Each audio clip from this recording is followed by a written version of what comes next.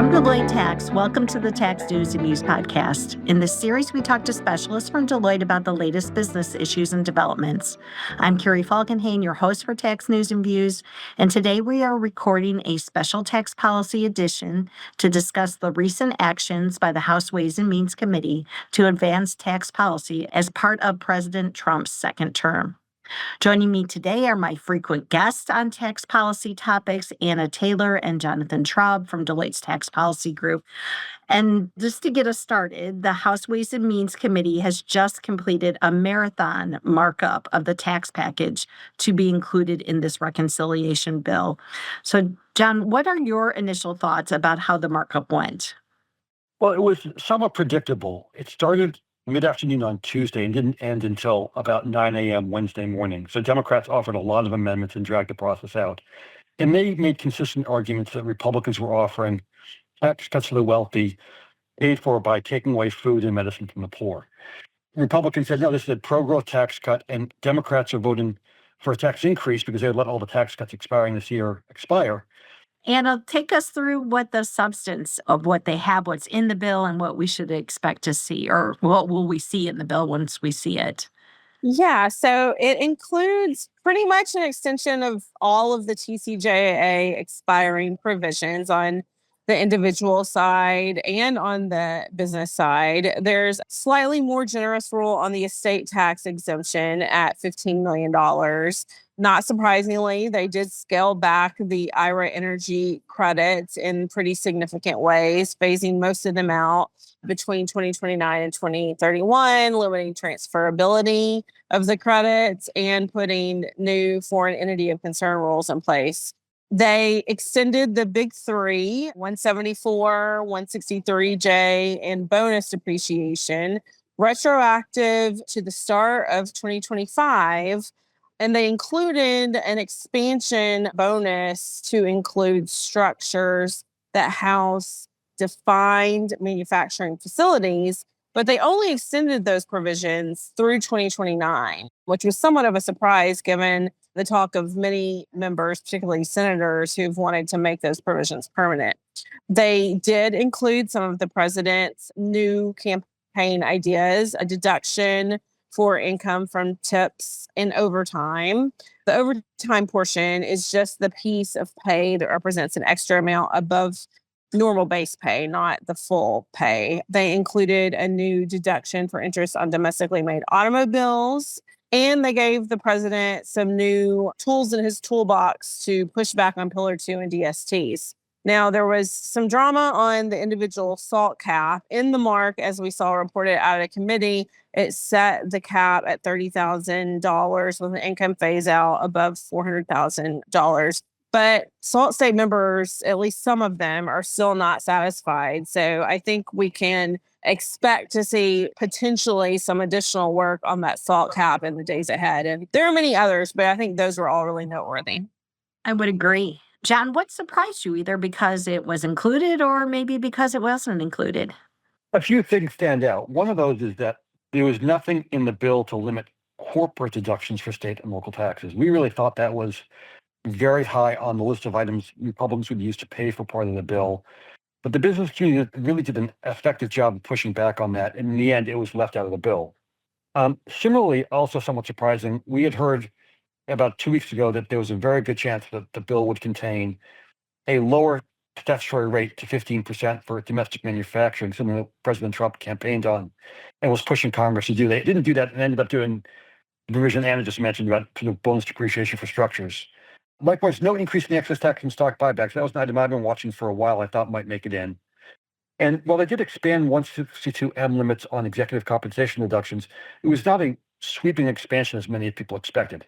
There's also nothing in the bill on carried interest and no higher rate for individuals, although those are two things President Trump has sort of talked about on and off.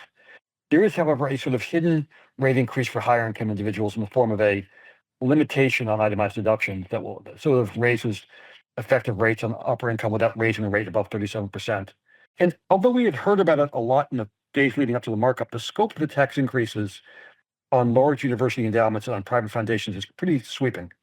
And then I would also point out there are several non-TCJA tax pieces expiring at the end of this year. that are not dealt with this, including New Markets Tax Credit, WOTC, the CFC Lip-Dues, and 954C6. So presumably the committee thinks they'll get another bite at extenders later this year. And I'm not sure that's true, but that's clearly what they're contemplating. And then lastly, I guess this is not surprising, but Chairman Smith wrote the bill to a total cost of $4 trillion. Actually is scored now. It's about $3.8 trillion, giving them some room to negotiate on the SALT cap. And that is because the House budget resolution allows up to $4 trillion in tax cuts if the House doesn't find more than $1.5 trillion in spending cuts. And at this point, we don't think the spending cuts are going to total the $2 trillion that would be needed for Chairman Smith to have written his bill, the $4.5 trillion total deficit loss. Maybe a little bit of a tip on where that's going with the number. So lots of things we're expecting as well as things maybe we weren't expecting. Anna, is there any chance that this package garners bipartisan support? I really don't think that's likely. Democrats, as John already alluded to from the markup, Democrats have multiple concerns about the package. They have concerns about the overall cost of the package and the deficit impact. They have concerns about the spending cut side of the package, which is being considered in some of the other committees. And then, as he mentioned, they're arguing that the distribution of these benefits is tilted towards wealthy taxpayers. And they, of course, have policy concerns as well, like the rollback on the clean energy credits, which they very strongly disagree with. So for all of these reasons, I don't expect we're going to see many, if any, Democrats come on board with this bill.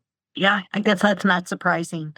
John, take us through what happens next in the process. Well, House Republican leaders hope to. There are about 10 House committees charged with producing pieces of reconciliation. Tax is but one component.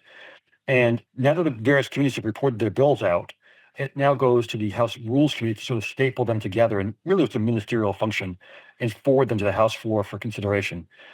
The leadership hopes that ministerial function is done by Friday, which would let them bring the bill up on the House floor next week. Of course, for that to happen, they have to get to some kind of agreement on the SALT cap, and that remains just slightly elusive. And I think, are going to have some disagreements among their own members on some of the provisions on the spending side, like we've talked about, at least obliquely, on Medicaid and food stamps. So maybe it does get to the House floor next week, but even if it does, we still need to have the Senate do their part, and they appear to be on a much slower course. We won't see their opening offers on this until sometime next month. All right. So when it gets to the Senate, Anna, what type of change might we see? Yeah, well, there's been a fair amount of coordination between the House, the Senate, and the administration, but there are, as John said, clearly still some differences of opinion on the spending cuts side of the package. There are a few senators who I think would probably like to see the clean energy credit reform scaled back some. So we'll see if they take another look at that part of the package. And I think there are certainly some members of the Senate Finance Committee who would like to see more done to make some of the business side provisions permanent, like 174, 163J, and bonus depreciation. They also have expressed interest in doing more on the international front if there's the revenue space to do so. And on top of all of those things they might want to change on the policy front, they're of course going to have to go through the bird bath process with the Senate parliamentarian to make sure every provision meets reconciliation rules. And that process could result in pieces coming out or being modified. So all that to say, I think the Senate is going to work its will on this package, and it will end up looking a little different, at least from how it looks as it moves through the House. I always love it when we start talking about the bird rule. This is so fascinating to get into all of the different elements of the process. But it sounds like there's a lot that needs to be worked through. So, John, as we think about timing, is there a hard deadline for when we might see this signed into law, actually? There are some soft deadlines. I mentioned House leaders want the bill through the House by Memorial Day. Secretary Bestens has said he'd like to see the bill get done by July 4th. Those are soft deadlines that are easily missable. The hard deadline here is the debt limit, because that's one of those things you cannot ask for an extension. You can't say the dog ate my homework, I had a flat tire.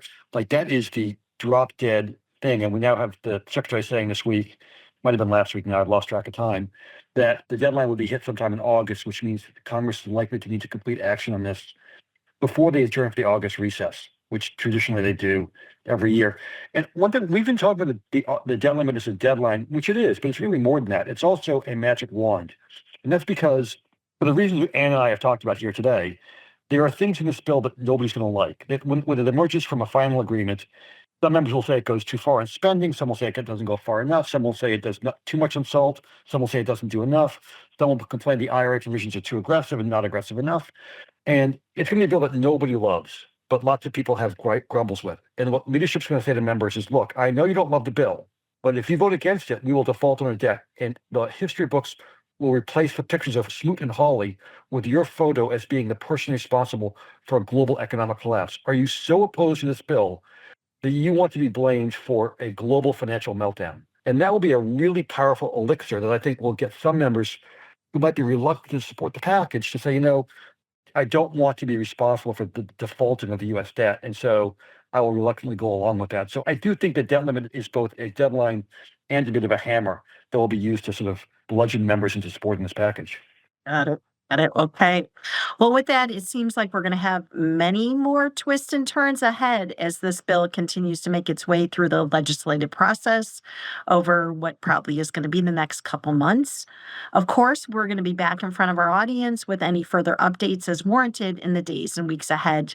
Thank you, John and Anna, for making time for us. I know you're very busy right now keeping up with all these changes and talking to people about what they mean for their organizations. And for our audience, if you want to stay up with the latest news, in addition to just monitoring this podcast series, I'd encourage you to go to Deloitte.com and search on Tax News and Views. You can sign up for our weekly newsletter there as well. Take care, everyone. I hope everyone continues to be well.